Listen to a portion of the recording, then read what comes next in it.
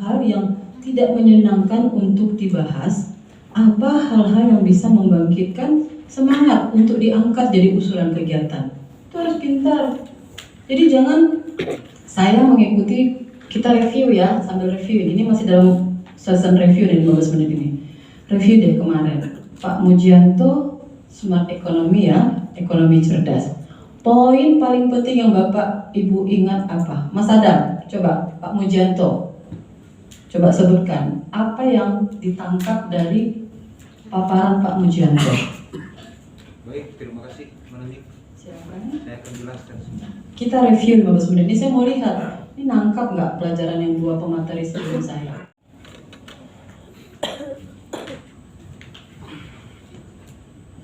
Baca doa Mas. Cuk. Baik, terima kasih. Assalamualaikum warahmatullahi wabarakatuh. Yang saya hormati Bu Fasilitator, yang saya hormati Bu TO, Bu Yuki yang sangat cantik pada hari ini. Mudah-mudahan beliau tetap jadi orang yang baik. Amin. Dan mendapatkan jodoh yang sesuai dengan ingin. Amin. Assalamualaikum. Bapak Ibu sekalian, singkat cerita. Ya, lanjut. Dan puji syukur kita panjatkan kepada Allah Subhanahu wa taala. Ya, lanjut Bang. Lanjut poin. Alhamdulillah, Bapak Ibu siapa namanya? Nggak tahu. Ibu Ewik. Iya, Ibu Ewik.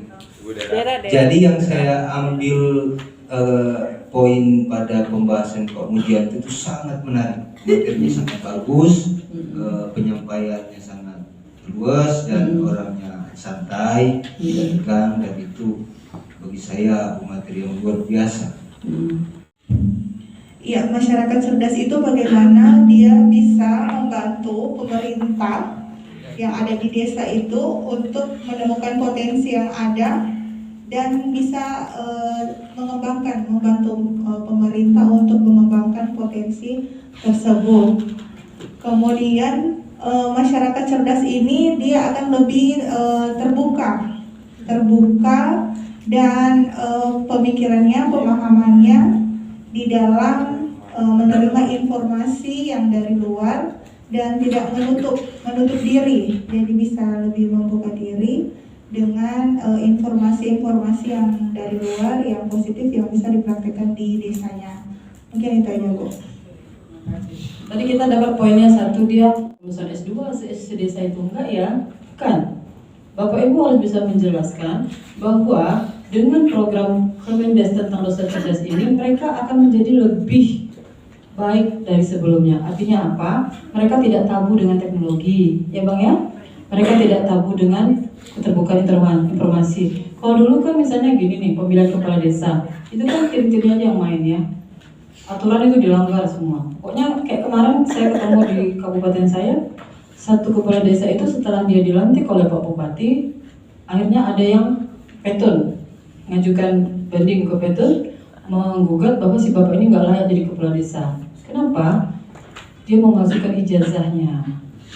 Jadi itu setelah diturunkan lagi seperti itu. Dan itu harus tahu orang desa.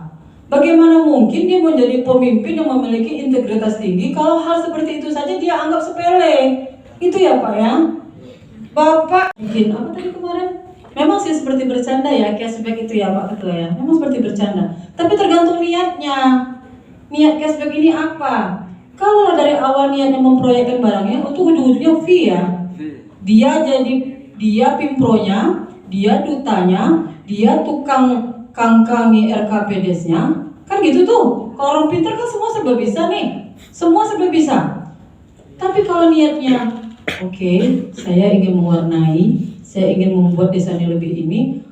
Toh kalaupun ada cashback di belakang itu kan beda loh, sumbernya tuh jadi beda kan, seperti bonus.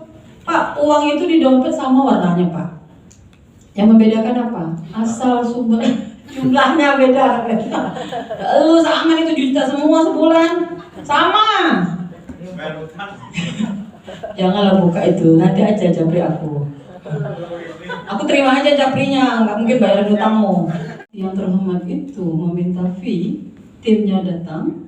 Misalnya satu kegiatan saya pecah-pecah nih, ada yang 500 juta, ada yang 2,4 M, ada yang apa?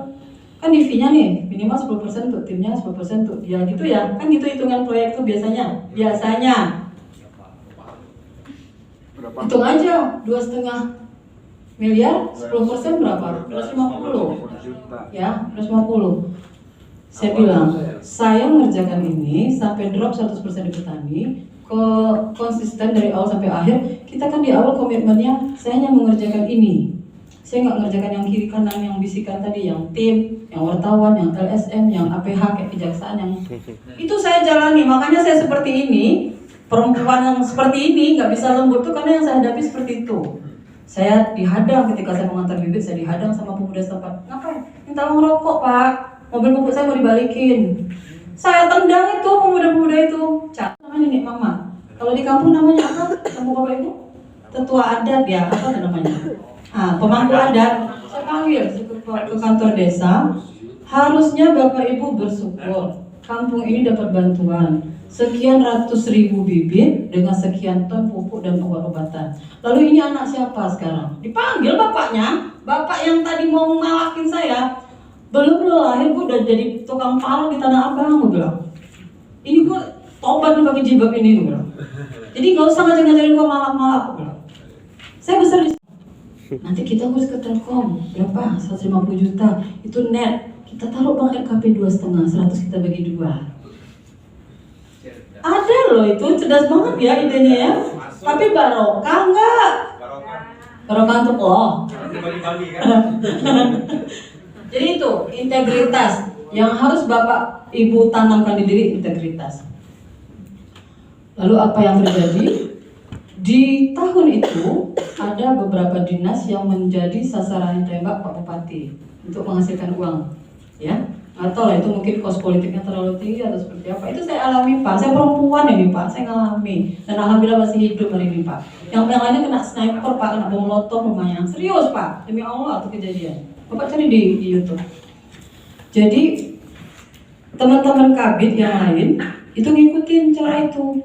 Dan alhamdulillah masuk penjara, Pak, semuanya. Alhamdulillah. Dari Pak Muji ke belakangnya. Yang saya lagi belum ya. Saya bukan bermaksud mereview Bu, tapi saya ingin bukan, kemarin kan kita berbahas masalah IoT. Kalau dibilang IoT ya. IoT. Ini dari silabus yang ada Bu. Saya lihat di sini ada beberapa hal yang memang sebenarnya dia agak sedikit terkait keilmuan IT. Kalau kita yang dasarnya IT mungkin masih sedikit awam terkait itu.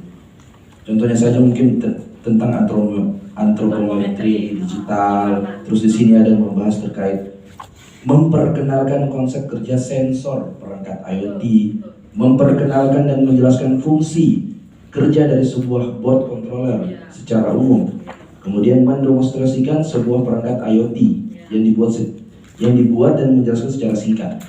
Nah, kita yang dasarnya bukan IT, meskipun teknik, tapi kan tetap juga nggak punya gambaran. Contohnya, hal ini akan berpengaruh. Kita kan dituntut untuk melakukan kerjasama dengan pihak-pihak terkait. Contohnya dengan konsultan, contohnya dengan mungkin Kominfo. Nah, sementara kalau kita pun tidak dibekali dengan hal-hal itu, jatuhnya kita seperti calo, hanya menyambungkan dengan Kominfo, sementara kita sama sekali tidak ada ilmu itu. Oke, siap. Terima kasih Bu. Adalah berkoordinasi ya dengan Dinas PMD. Jadi kita sebelum sampai di titik ini, BIMTEK Duta Digital ini jauh sebelum ini sudah ada duduk bersama dengan stakeholder yang dianggap berkepentingan untuk urusan desa cerdas. Baik itu di tingkat pusat, di kementerian, di provinsi, dan di kabupaten. Nah, memang salah satu yang sangat berperan itu adalah Dinas Kominfo. Mereka memberikan kita fitur-fitur kemudahan untuk melakukan support ke desa cerdas ini. Mereka misalnya kayak semalam ada video yang mau saya tampilkan, tidak bisa ya karena suara tidak keluar, itu di Sungai Petai. Itu kepala desanya bisa menandatangani segala macam dokumen yang dibutuhkan masyarakat desa dimanapun dia berada. Dia pakai tanda tangan digital dia. Kan itu kalau barcode masih agak lebih tinggi ya. Ini kan tahapnya pelan-pelan ya. Jadi Itu saja sudah hebat mereka bikin ATM surat itu. Sudah hebat untuk level kabupaten yang punya desa sangat tertinggal terbanyak nomor 2 di Indonesia. Ya, untuk fasilitator yang seperti ini kira-kira bagusnya di kelas apa? Kan nanti seperti itu tuh masukan dari panitia yang menilai. Kita ini dinilai, Bapak Ibu ini dinilai. Itu nama Bapak Ibu yang dengan segala bahasa tubuh dan bahasa sehari-harinya itu sudah ada catatan di notulen semua. Nanti akan direkomkan ketika nanti sertifikatnya itu seperti apa. Karena Bapak Ibu ada sertifikat ini ya. Nah, sama, ya. Menambahkan Bu, karena begini Bu, ini modul yang dibagikan ke kita. Nah, sementara yang tertulis di sini adalah proses pembelajaran. Ada teknologi IoT. Saya pikir ke sini kita tidak hanya dibekali dengan hal-hal konseptual. Karena kita nanti akan di lapangan berhadapan dengan masyarakat, Bu. Harusnya kita di sini juga membahas teknis. Teknis seperti apa? Entah itu teknis dalam segi pemberdayaan maupun IoT-nya. Nah, sementara kita dari hari pertama yang dibahas konsep. Kita sudah selesai 2 hari terkait membahas konsep di orientasi. Nah, sementara kita sampai di sini lagi 10 hari lagi kita dibahas masalah konsep. Hal-hal teknis yang karena begini Bu. Kemarin dengan Pak Mujianto pun kita bertanya masalah teknis, tapi selalu dilempar ke hal-hal yang lain. Nah, jangan sampai seperti ini juga Bu, maksudnya. Tapi kalau memang seperti itu kita sepakat semua hal-hal yang ada di dalam modul tidak semuanya dipelajari. Cukup nanti duta digitalnya yang belajar mandiri, apalagi terkait dengan IT. Siap. Assalamualaikum warahmatullahi wabarakatuh. Waalaikumsalam. Kembali ke teknik pembelajaran andragogi, tidak semuanya dicekoki. Ya, jadi modul itu cuman buku dosa. Saya tidak mengerdilkan para penyusun modul karena itu menyusunnya susah sekali. Modul yang Bapak Ibu terima itu sudah duluan kami yang terima. Ya, kita udah bedah semua sama, pertanyaan kita sama Pak, sama. Jadi nanti setelah sesi ini berakhir, silakan buka link desacerdas.id. Semua yang Bapak tanyakan itu ada di sana. Berikut dengan contohnya, baik itu konsepnya sedikit Pak, tapi lebih ke banyak video-video prakteknya. Sebenarnya kalau di kelas ini saya ingin tadinya Bapak Ibu memberikan paparan. Sebenarnya yang jadi narasumber utama fasilitator itu bukan Dewi Rahmayani, bukan Mujianto, bukan Ermieti. Menjadi fasilitator utama itu adalah Bapak Ibu sekalian. Standar baku dan itu ya, dan saya pikir di sini kita akan membedah juknis dan juknisnya sudah ada gitu. Memang sedikit banyaknya ada sisi keluar dari ekspektasi kita yang diharapkan dari awal gitu ya. Nah, yang menarik lagi tadi yang disampaikan oleh Ibu bahwa Kemendes pun harus bertahap gitu ya, karena ada fase-fase berikutnya. Yang jadi pertanyaan, setiap duta itu sudah jelas kontraknya 2 tahun. Kalau kita misalkan menunggu sampai dengan lengkap, kita sudah selesai dampingan gitu. Enggak, maksudnya gini Bu, di kabupaten saya itu ada yang fase 1 itu sudah jalan 1 tahun Bu. Sampai dengan hari ini posisinya insentif kader tidak ada, operasional RKD tidak ada. Di sisi lain kekuatan lebih mengarah lagi dalam rangka mencapai output ataupun tujuan program, ya kejelasan dalam tanda kutip ya, karena nggak ada juknis ya, ujung-ujungnya berimprovisasi dan arahnya arahnya ya opini masing-masing duta dalam rangka menerjemahkan di lapangan. Ya maksudnya ketika ada juknis tidak ada lagi berseliweran opini. Di satu sisi saya menangkap di saat Pak Raden itu ada tawaran kegiatan, dia menahan diri karena Pak nanti akan jadi double pekerjaan. Bukan Bu, double pekerjaan ketika kita berimprov dengan segala pengetahuan dan pengalaman, nanti juknis terbit ternyata input proses outputnya beda dengan baku, otomatis harus melakukan ulang gitu. Nah ini tidak bisa hanya jawaban bahwa Kemendes berproses dan butuh waktu, enggak seperti itu konteksnya gitu, maksud saya itu seperti itu.